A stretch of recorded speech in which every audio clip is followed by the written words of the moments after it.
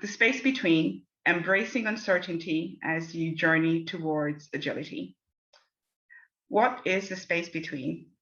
The space between is everything that happens, once you start a journey or you decide that you want to start a journey and you want to focus on achieving specific goals for your agility progress.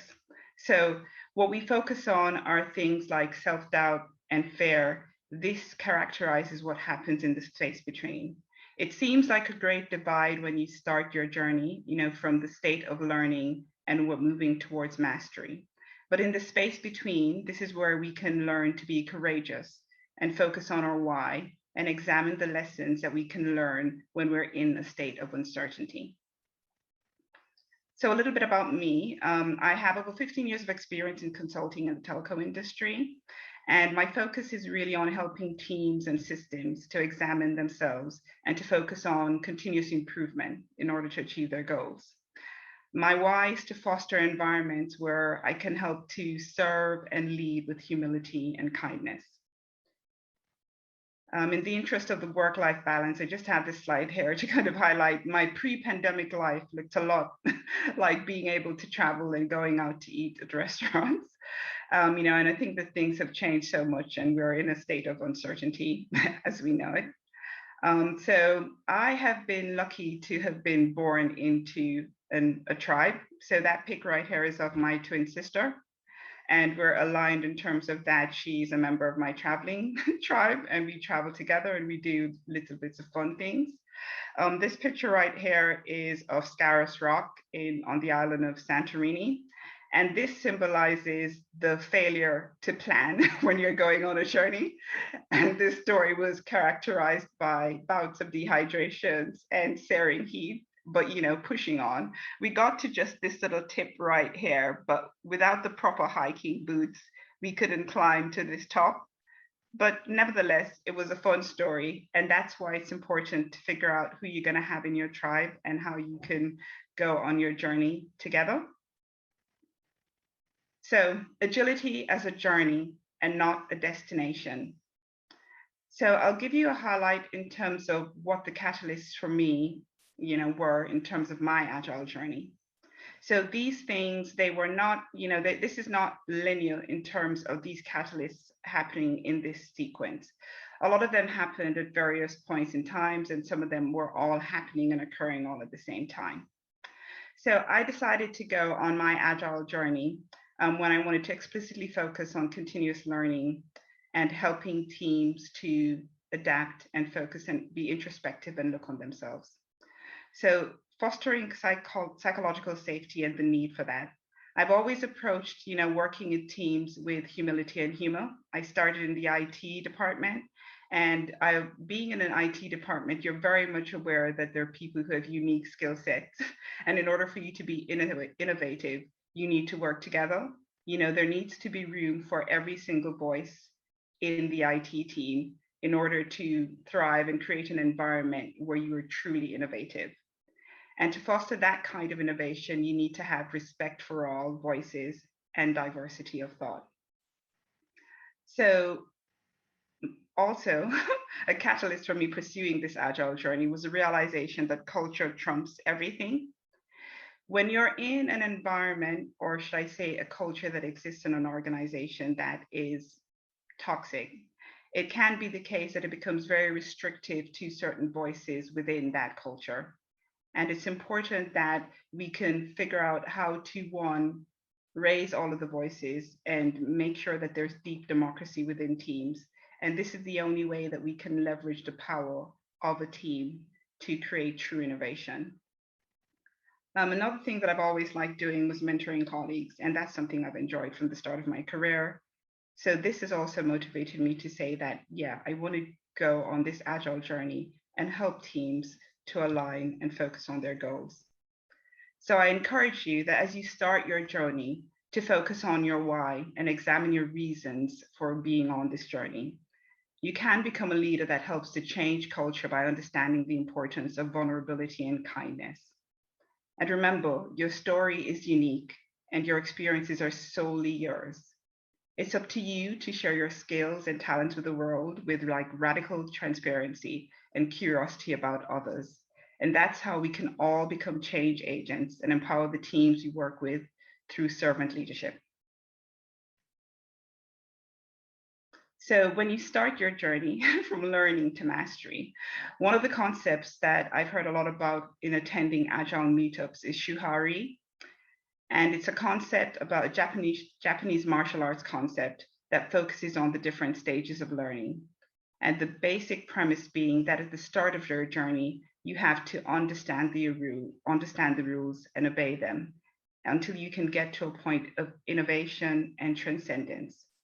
And transcendence is when you are at master level, and mastery is around developing your own unique style so that you can help to support the teams that you work with. So the most important thing on your journey is to become who you're meant to be. Set your intentions and focus on what you want to become. It's up to you to chart your journey and for you to decide what it should look like. Choose the map that you will use and find a tribe that you will assemble along the way. On your journey, don't compare, don't compete. When you're led by passion, you'll realize that it's not a competition. When you're passionate about things, you can help others along the way and you can help them to succeed. And you have an understanding that there's room at the table for everyone. Along your journey, you will need people to help you and give you feedback, and persons who will motivate you when you need a reminder that you are truly awesome. So in the space between, this is where you sit in uncertainty and there is doubt and fear. So dealing with uncertainty and how not to be crippled by it. So there is a saying by the Greek philosopher Heraclitus that change is the only constant in life. And this is one of the basic principles of life, that change is always going to be occurring. Yes, it can be scary, but honestly, some of the best experiences are unexpected and they require you to embrace the journey. And even if you have a little scream along the way, find a way to manage your anxiety, and your tribe will be able to help you to do that.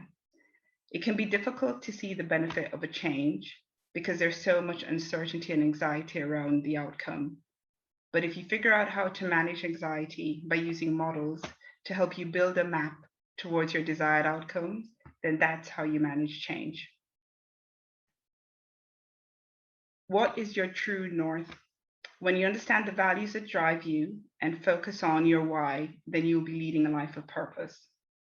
So managing change is around focusing on aligning it with your values.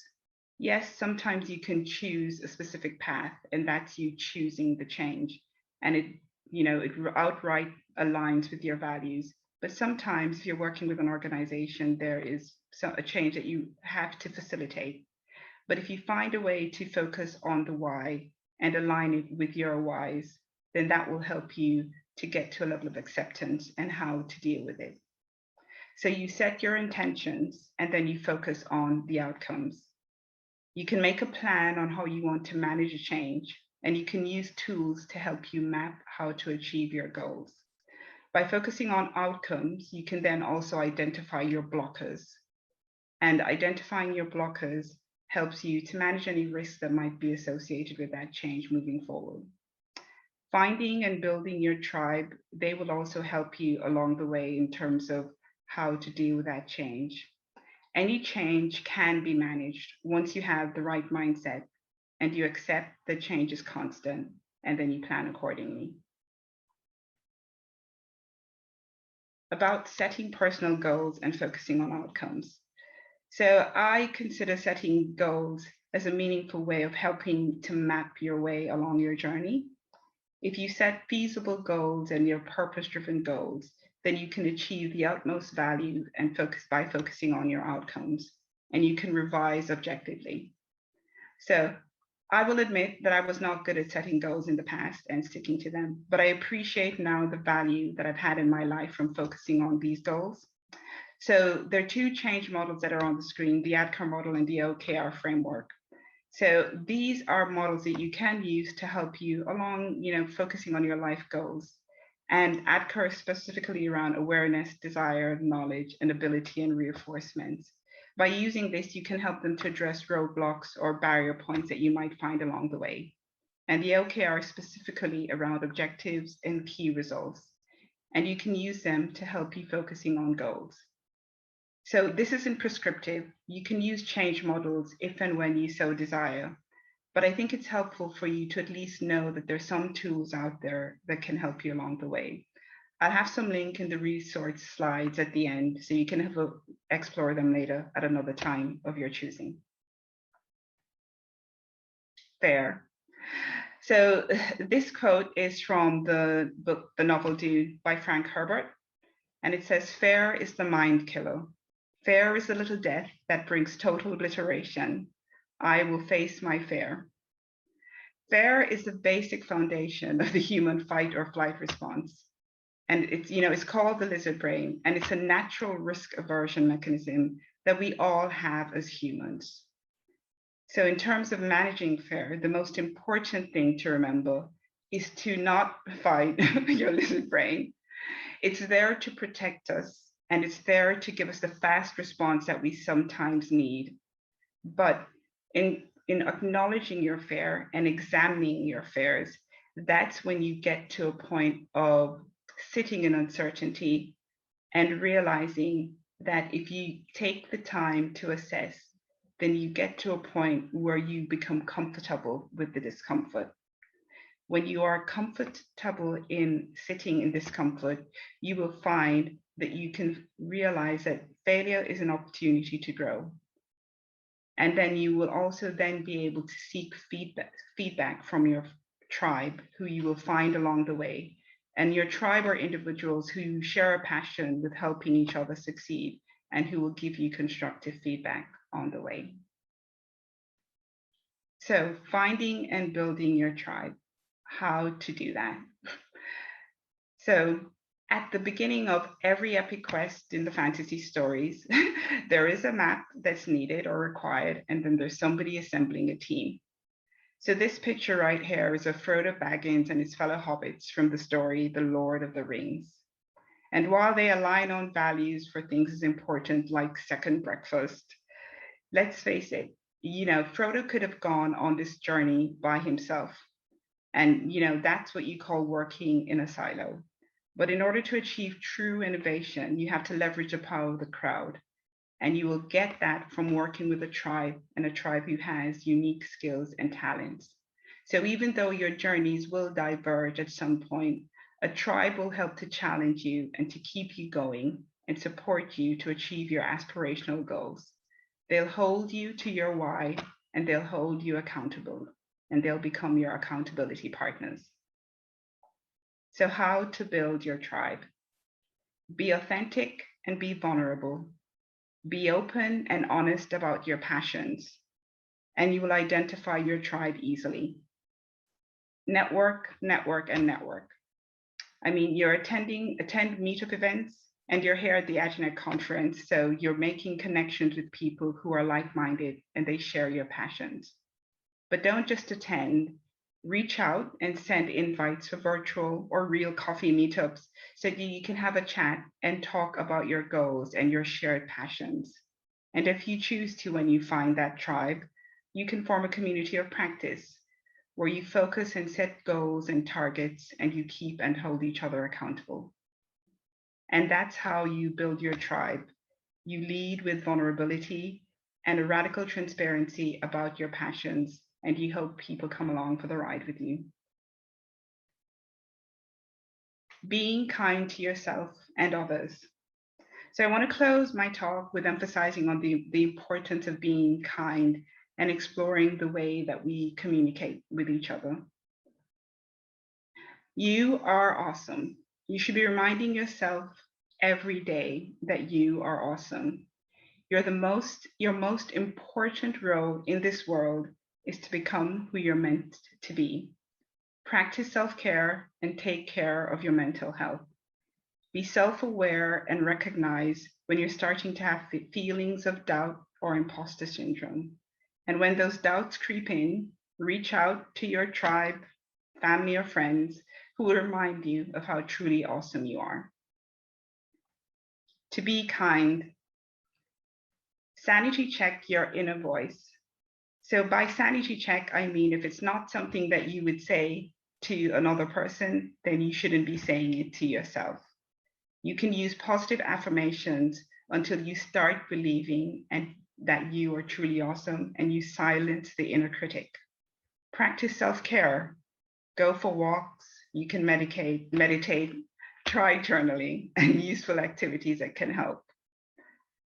In terms of being kind to others, assume positive intent from others, give constructive feedback where you can, and hold your judgment.